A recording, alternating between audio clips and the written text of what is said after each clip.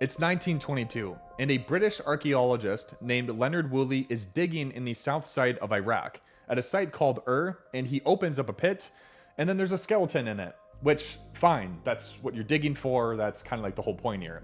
But then he keeps digging, and then there's another one, and another, and by the time he's done counting, there are now 74 skeletons in that one pit alone. And they're arranged, and that's the part that gets me every time I read about this. There are rows of women skeletons in elaborate headdresses, gold and lapis lazuli still sitting on their skulls where they evidently died. There was a set of guards near the entrance still holding their weapons, and this is the detail that I cannot get out of my head. There's a musician still curled around her harp, and her fingers are basically still in the position like she's actually stopped playing about 4 seconds before whatever happened to her happened to her. There's oxen in there, a sledge, a whole retinue laid out around one woman in the center of the pit, a woman who we now call Pwabi, who, as far as anyone can tell, was some type of queen. And then Woolley looks at all this, and he sees no sign of violence or of a struggle. Everybody was arranged neatly like they just walked in and then laid down there on purpose. And then he comes up with an explanation. He says, well, they took poison, voluntarily. Pwabi's entire court walked into a hole in the ground, drank something, and then laid down to die so that they could keep serving her in the afterlife. And for about 80 years, that's just kind of what everyone believed. And I want you to actually think about that for a second. What would it take to get dozens of people to lie down and die on command, neatly, without a struggle, and still wearing their jewelry? We're going to be coming back to this because it turns out that the actual answer to this is a lot worse than the poison story, and also a lot more Sumerian than the poison story, in the sense that it tells you something true about how this whole civilization kind of ran. So that's where we're starting. We are starting in a hole in the ground with 74 bodies in it, because that's a more accurate first impression of the Sumerians than anything else that I could have opened with. These are the people who invented writing. They invented the first cities. They invented the 7-day week that you are currently living inside of. And also the reason that there are 60 minutes in an hour. And also apparently ritual mass killing that's just kind of dressed up to look like a funeral. All of it in the same civilization. So that is the Sumerians. But to explain what actually happened in that pit, we've got to go back further. Before was even a city, before anyone in Mesopotamia could even write their own name. So as I said, picture southern Iraq, roughly 6,000 years ago. It was unfortunately not a very nice place, and not in the way that you would expect. The Tigris and the Euphrates rivers run through it and empty out into the Persian Gulf. And yes, that means that there's water, but there's basically nothing else. There's not really a whole lot of forest. There's almost no stone, no metal deposits worth, mentioning, just clay and reeds and mud over and over for miles. And you'd think, okay, well, there's a river valley. That's the Nile's playbook. That's how you get civilization. Except the Tigris and the Euphrates don't flood the way that the Nile floods. The Nile is almost boringly reliable. It floods at the same year, every time, the same amount, so farmers can set their whole life by it. These two rivers flood when they feel like it. And sometimes they just don't flood. They actually change course entirely. And so what used to be a nice bit of drained farmland is now either a swamp, or what used to be a river is now just gone. And somehow it's in that exact same landscape with no stone and no wood and no metal and an unreliable water that occasionally reroutes itself out of nowhere, that the first great civilization on Earth gets built, which already tells you something. Whatever happens next isn't happening because the land was very generous. It's happening because somebody figured out how to force it to work anyways. Before the Sumerian shows up, there are already two cultures already sitting on this ground, and this part matters, so stay with me. First, the Ubaid people. They're doing early irrigation, they're doing mud brick temples, they're learning pottery, the basic sort of stuff. And then the Uruk culture takes over, and this is where things start moving fast. Actual cities start developing, actual monumental temples, and this early clunky proto-writing system made of clay tokens, which is basically an accounting trick before it even had language. And then, somewhere near the end of the 4th millennium BC, the Sumerians show up. And nobody can really answer the question of, well, where? Where did they show up from? And for a long time, the obvious guess was, well, they didn't show up at all. They were just already there. and they were the direct descendants of the Ubaid and the Uruk people. No mystery required. Except the language says otherwise. Sumerian isn't related to any language really that we know of. It's what linguistics call an isolate, which is, something that's totally on its own. We know what that word means. And you can see it down at the level of specific individual words too. The major Sumerian cities, Nippur, Lagash, the names aren't Sumerian words. Those settlements were already there, already named before Sumerian speakers ever arrived. So river names, lake names, they pretty much borrowed it. Basically farming vocabulary, like the words for plow, for farmer, for to sow, they were essentially borrowed from somewhere else entirely, which is a strange thing to borrow if you think about it, because you'd assume that the people already farming the river valley would have their own word for plow, but apparently that's not the word that stuck. So the picture that's forming here is Sumerian speakers arrive into a landscape that is already inhabited, that's already been named for them, and then that's already been farmed by somebody else. And they layer themselves on top of it, and their language becomes the language, and pretty much everything kind of gets absorbed. Which just ultimately kicks the question one level back. Where do these people arrive from? Well, the Sumerians' own answer in their own mythology is that they came by sea from a paradise island called Dilmun, which is, we're pretty confident, is modern-day Bahrain. And there's actual archaeological evidence of a Sumerian presence there, except the Sumerians show up in Mesopotamia way earlier than the evidence that we have from Dilmun itself. So the myth doesn't really line up with the timeline. But a Polish Assyriologist named Marek Stepien floated the idea that they might be connected to whoever later founded the civilization of the Indus Valley. Other historians have thrown out Anatolia, the Caucasus, the Arabian Peninsula, even Tibet, which is about as wide as a spread of guesses that you can get for like a single group of people's origins. But the honest answer is, well, we don't really know. This is one of history's actual open mysteries. Not the kind where the answer is out there and nobody's bothered to look, but the kind where the evidence itself just doesn't really support any idea. The kind that I love. The first human civilization in history, and we literally cannot even tell you where its people came from. Okay, so somewhere around the start of the 3rd millennium BC, something shifts in this region, and it shifts fast by ancient standards. Little settlements start turning into actual cities. And the reason is, once enough people are living close enough together, well, not everyone has to farm anymore. You get specialization. So you have artisans and craftsmen and merchants and priests and then warriors and then people whose entire job is something other than grow food or starve. And the thing that makes that possible, the thing underneath literally everything else in this story, is the idea of irrigation. Because remember, these rivers do not cooperate on their own. So what do the Sumerians do? Well, they build canals, dikes, and reservoirs.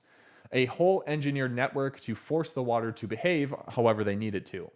But here's the number that actually helps this idea kind of make sense. On average, a single Sumerian city-state was managing something like 300 square kilometers of canal-laced farmland, which is roughly the size of Queens, New York, which is like one city managing that with Bronze Age tools. Which, if you've ever tried to get your city to fix one pothole, this should put things into perspective. And that takes thousands of people working in sync year after year, and whoever ends up organizing that labor, like the person scheduling it, overseeing it, making sure that the right canal gets dug before the flood season and not after, that person accumulates actual power. Not because they conquered anybody per se, but because they're the one who keeps the water working. That's how you get to the elite class out of a swamp with no stone in it. Well, you control the thing that everyone needs, which is water. And everyone needs water because the land will kill you otherwise. So you end up with dozens of cities across southern Mesopotamia. Uruk, Kish, Lagash, and about 20 city-states total in a fairly small stretch of land. Most of them at some point went to war with one another. Chief among them, religiously at least, was Nippur, home of the temple of Enlil, the head of the Sumerian pantheon. It wasn't really anybody's capital exactly, but everyone's holy city, sort of like if the Vatican had never really belonged to any one country. Each city had a ruler called an NC, and this title is doing a lot of work because NC wasn't just a political leader. He was the high priest and the chief administrator all at once. He was running the irrigation, he was organizing the construction, managing the temples, collecting taxes, performing the ceremonies, jack of all trades kind of guy. His title literally translates to something like the one who divides the temple land, because officially all land belonged to the gods and he was just handling it on their behalf. But, and this honestly surprised me, the NC didn't have total unchecked power. They had a council of elders. So they were citizen assemblies that got called together to make major decisions. In some cities, the NC had his own temple guard, which was like an armed force loyal to the sanctuary. And in wartime, some cities would appoint a separate figure entirely, the Lugal, which literally means, funny, big man.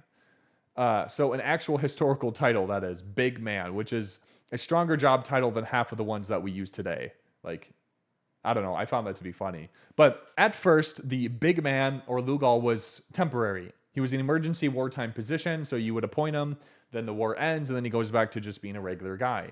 Except, shocker, the guy holding all the military power during an emergency does not love giving that power back once the emergency's over. So, the role just becomes permanent, then hereditary.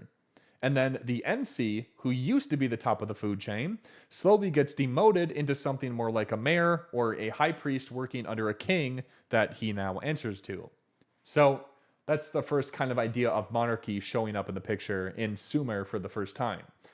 And it's not some grand founding myth, it's just what happens when temporary wartime leader just forgets to be temporary. But by the start of the 3rd millennium BC, you've got actual dynasties trying to lock this in, and our main source for all of it is this bizarre document called the Sumerian King List, carved into something called the Weld-Blundell Prism, which lists rulers going back to, quote, legendary times, and the earliest kings on this list supposedly reigned for tens of thousands of years, which obviously mythological, nobody's buying that, but the closer the list gets to documented history, the more it lines up with actual archaeology, which is a strange thing about it. So you have half fantasy and then half legitimate historical records stitched together in the same document. And it was this period, the early dynastic period, where it's pretty much just city-states hammering on each other over and over and over and over again. Kish under a king named Mebaragesi, and later his son Aga controlling a decent stretch of territory between Kish and Uruk. Then there are other rulers cobbling together short-lived alliances between a handful of cities. Power keeps sliding back and forth between Kish and Uruk, and nobody ever actually unifies the entire region. Every city keeps to its own customs, its own identity, its own patron god, even while they're all nominally part of the same broader culture and constantly at each other's throats. And this, right here, this exact period, this exact chaos, is when enters the story. Around 2600 to 2500 BC. Same scramble for status and territory as everywhere else in Sumer, except at somebody's burying their dead in a way that nobody else in Mesopotamia is doing at anywhere near the scale. So, with that all being said, let's go back to the pit. Woolley excavates, he's the archaeologist I talked about in the beginning illustration. He excavates the Royal Cemetery of across the 1920s, and what he finds in this network of tombs is several which he specifically labels death pits, which one of them is the largest he calls the Great Death Pit, and it's got 74 people in it on its own. Puabi's tomb is smaller, but still 2,100 attendants buried around her with guards, musicians, ladies of the court, animals, everyone arranged in neat 2 rows. Like, there's no wounds or cups scattered near some of the bodies. And Woolley looks at all of that arrangement, the order of it, like the cups, the total absence of anything violent, and concludes that these people poisoned themselves. They drank something willingly, or at least semi-willingly, and laid down in formation to die so that they could keep attending to their queen in the next life. And because Woolley was the guy who dug it up, and because the story is compelling on its own, that's the version that gets repeated in book after book for basically 80 years. This was a voluntary human sacrifice where an entire royal court walked calmly into a hole in the ground out of loyalty or duty or even fear of what happens if you don't. Except, in 2007, researchers went back to this place. Not to the ground, but to the skulls themselves, sitting in storage at the Penn Museum since Woolley shipped them there. And then they ran CT scans on them. And this is where things went south. On a female skull from the Great Death Pit and a male skull from a related tomb, they found perimortem fractures. That's, fancy term for saying depressed skull fractures, the kind that you get from a heavy, flat object hitting you in the head hard right around the time of death. The signature of a blunt weapon, not of someone calmly drinking poison and then lying down. So the story Woolley told for 80 years that this loyal court, drank poison, turns out to be, at minimum, incomplete and probably just wrong. These people weren't found dead by their own hand. They were killed. And then it looks like deliberately preserved. So there's evidence of heat treatment, possibly even mercury used to slow down the decomposition, because whatever the ceremony was, it apparently needed the bodies to look presentable for a while after they were already dead. So they were all arranged to look peaceful, because peaceful is what the ritual people watching need to see. And I keep coming back to that because it's such a clean example of how much, we know about ancient history is really just like the first plausible explanation that somebody gave us, and it just repeated over and over again until it just pretty much turns into a fact at that point. Because it was like 80 years of, they chose this, like they drank poison willingly, and then the actual evidence when anyone bothered to run a scan says, nope, they didn't. Somebody made that choice for them with a weapon, and then they bashed their skull, and then they just staged everything that came after that. But, whatever this ritual actually was, a funeral for a king or a display of loyalty, forced rather than offered, some belief about the afterlife requiring an entourage. It happened in the same city in roughly the same era as everything else we're covering today. So the same civilization that's about to invent writing, the same civilization that's about to give you a 7-day work week, or week in general, I shouldn't say work week. It's all one people. And that's the thing that I find fascinating. So that's why I'm making this video. So let's start with some of the good stuff that they did. Writing. And writing started as boring bookkeeping, which is kind of a great origin story for what becomes literally like the single most important invention in human history. Like, once you've got food surpluses and trade happening, well, you need some way to keep track of who owes what. So early on, across the wider region, people are using small clay tokens as a kind of counting system. 1 token for 1 sheep, 10 tokens for 10 sheep, and so on. I think that makes sense. Fine. It works fine. It's functional, and it's extremely low technology. But then, around 3000 BC, some official in Uruk has an idea. Hey, what about instead of physically storing a pile of tokens to prove a transaction happened, why not just press the tokens into a slab of wet clay and keep a permanent record of the impression instead? That's it. So that was the leap.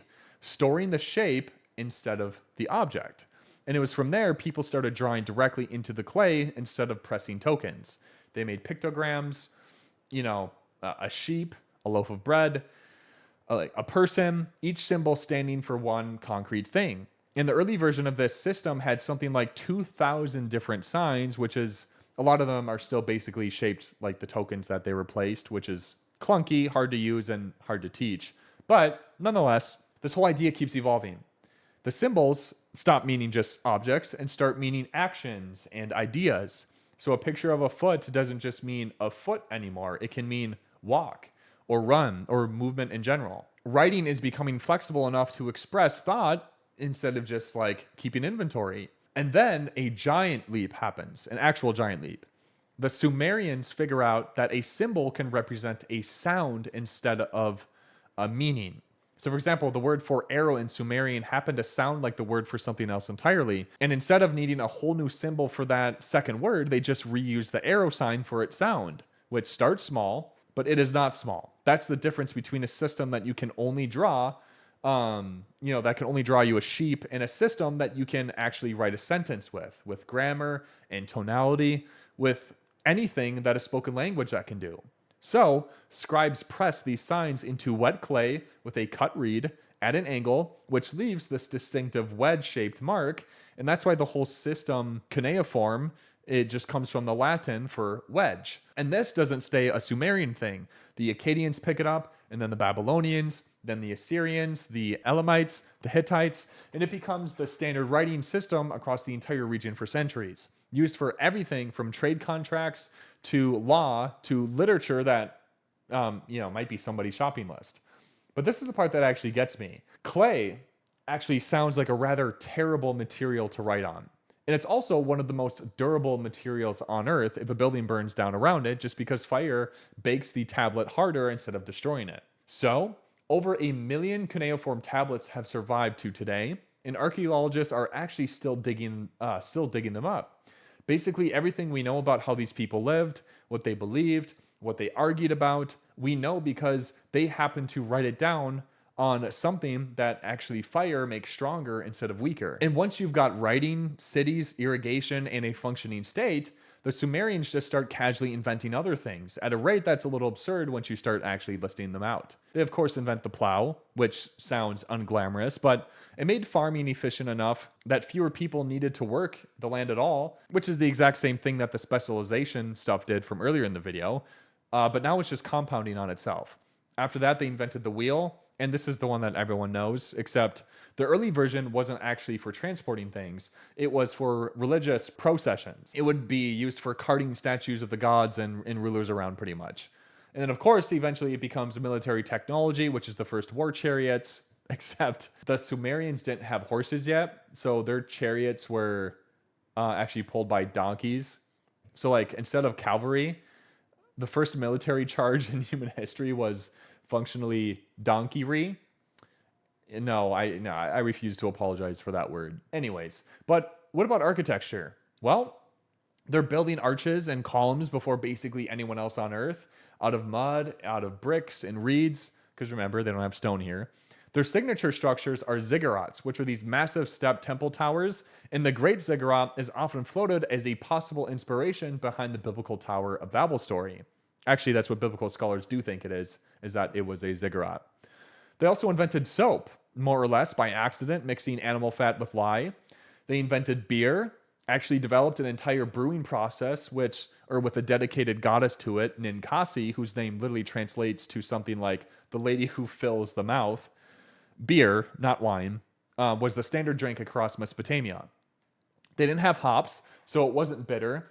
It was thick, kind of sweet, like closer to porridge than to a modern beer, but unfiltered enough that people drank it through straws straight out of big communal jars. So the first great civilization signature drink was a warm, chunky, and drunk through a straw out of a shared jar, which, no notes, that just kind of sounds like a modern college frat house. But, I mean, I wasn't in one of those, but I can only imagine that's what's going on in there. But anyways, I don't know. Their math, though, is where things actually get really impressive. They used a base 60 counting system, which, and the reason is almost stupidly simple. They counted the 12 finger segments on one hand with their thumb. Then they used the fingers on the other hand to track how many sets of 12 that they'd gotten through. 5 times 12, 60. And that system really never left us either. It's why there are 24 hours in a day, 60 minutes in an hour, 60 seconds in a minute, 360 degrees in a circle. Every clock on the planet is quietly running on a Sumerian arithmetic. And this wasn't even primitive counting either. They were literally solving quadratic equations, calculating volume and area of complex shapes, and they understood the relationship between the sides of a right triangle centuries before Pythagoras got the theorem named after him.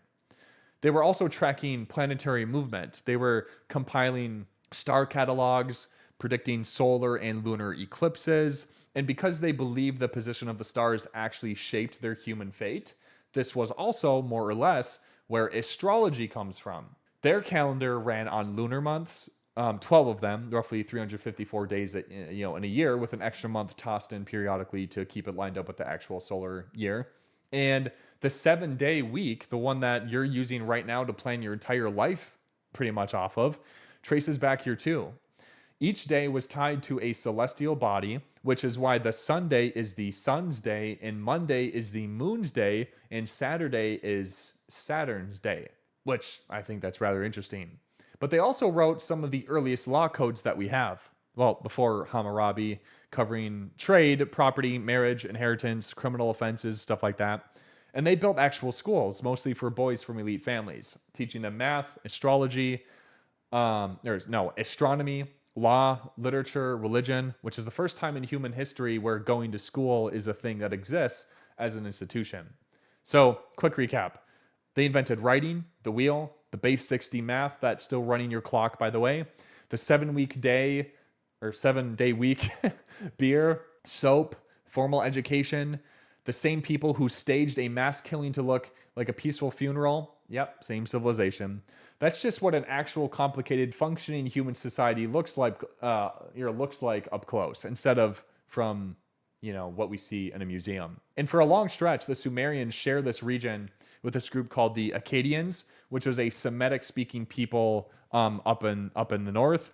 And the two cultures gradually blend together. They start trading, they start intermarrying, borrowing gods and customs back and forth, until the late 24th century BC, and then a man shows up who changes everything. Sargon of Akkad. And his origin story is straight up myth before its history. Supposedly born to a priestess and set adrift on the Euphrates in a reed basket as a baby, found and raised by a gardener.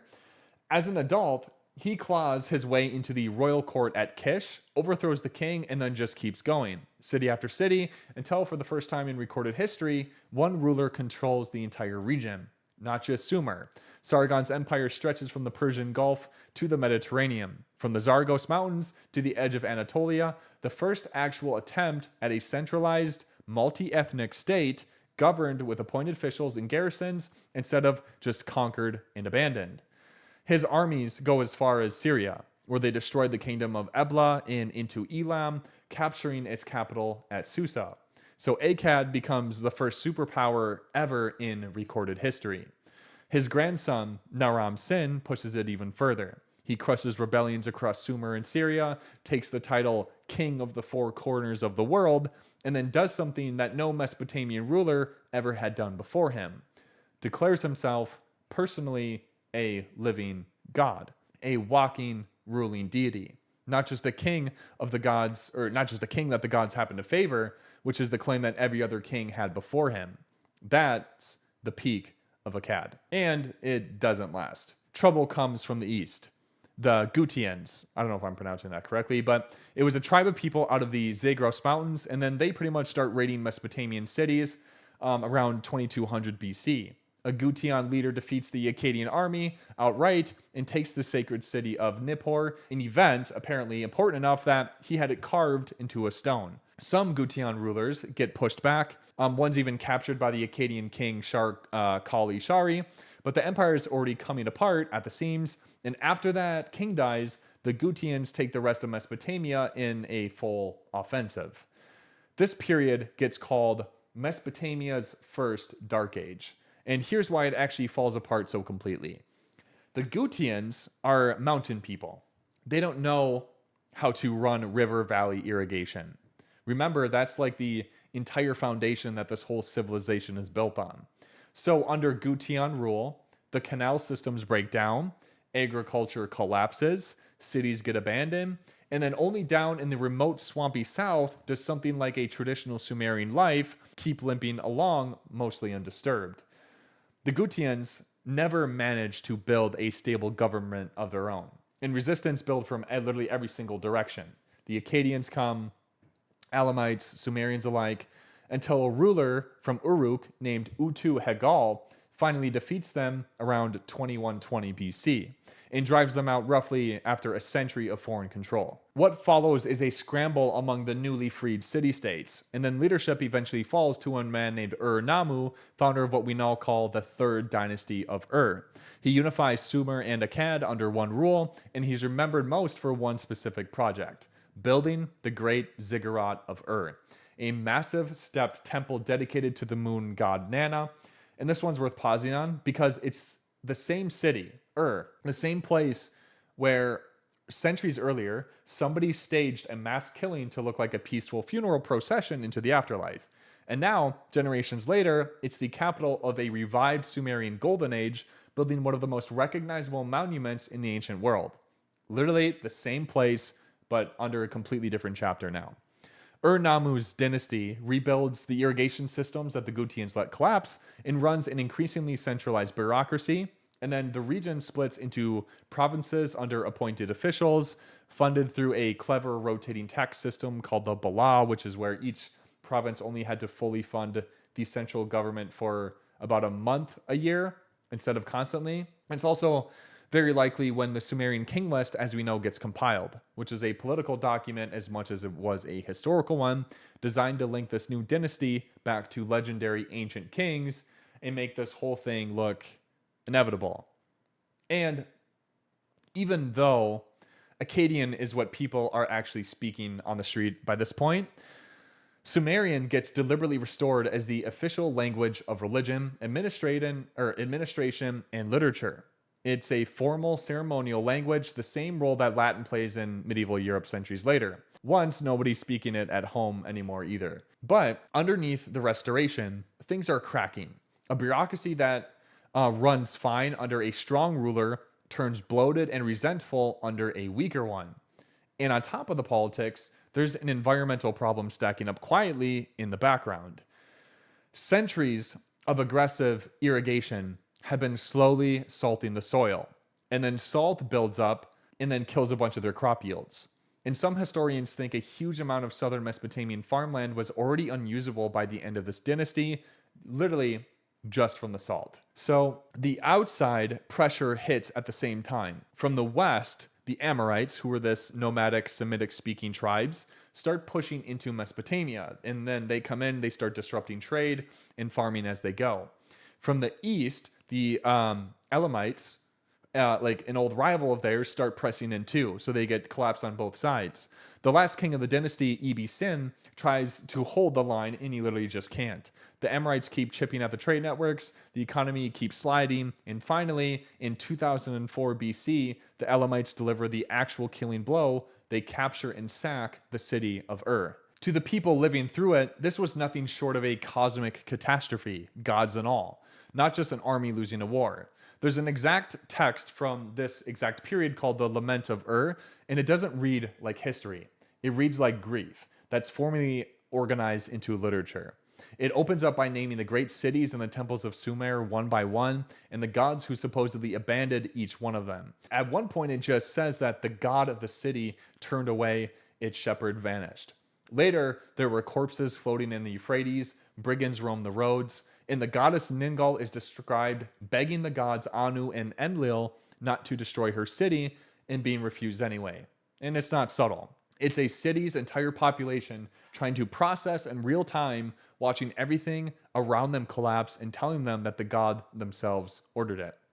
And I keep thinking about the two ways that this same city ends up in the historical record. Centuries earlier, there's a mass killing at Ur that gets staged to look like something voluntary. In silent, basically no one's screaming about it, because the whole point of the staging was that nobody was supposed to see it as violence at all. And then here, at the actual end of Ur as the Sumerian capital, you get the opposite. This isn't staged. This isn't an attempt to make it look peaceful.